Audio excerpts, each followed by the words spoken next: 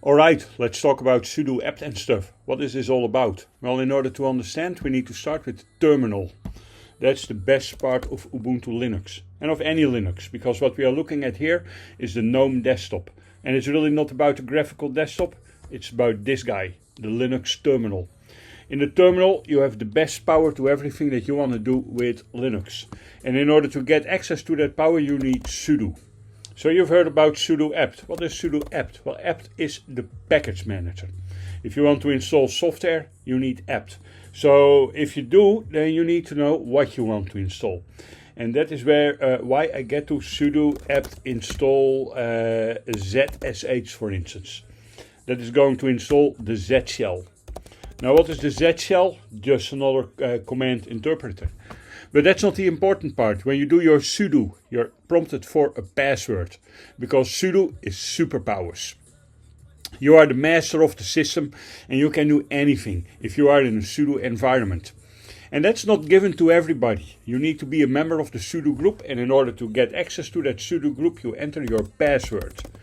And if next something is going to happen, then everything is alright. And oh boy, and if you see an authentication failure, then you type the wrong password. Look, this is what it looks like when everything is going alright.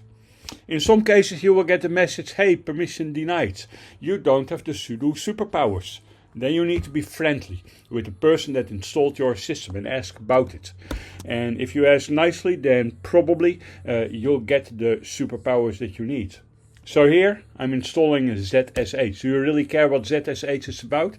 Nah, that's not what this video is about. This video is about sudo-apt and what you do after. So we need to wait for a little bit. It needs to fetch the software from online, and it can always take a little bit before the software has come in. So let's wait and let's see, or let's be impatient and just open another terminal. That's what I'm going to do. Because the cool thing about Linux, you cannot just run one terminal, you can have multiple terminals. There you go. Different tabs, different terminals. So I want to give you a quick heads up on man.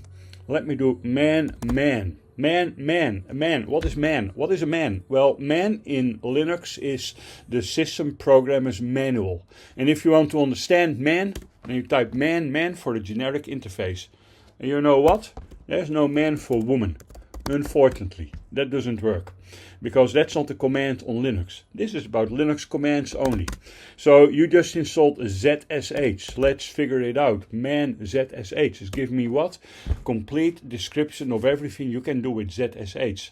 As I told you, you don't want to know about it. But when you work with Linux, you always want to know how to get your help. And that is what man is for. So that's all for now. See you next time.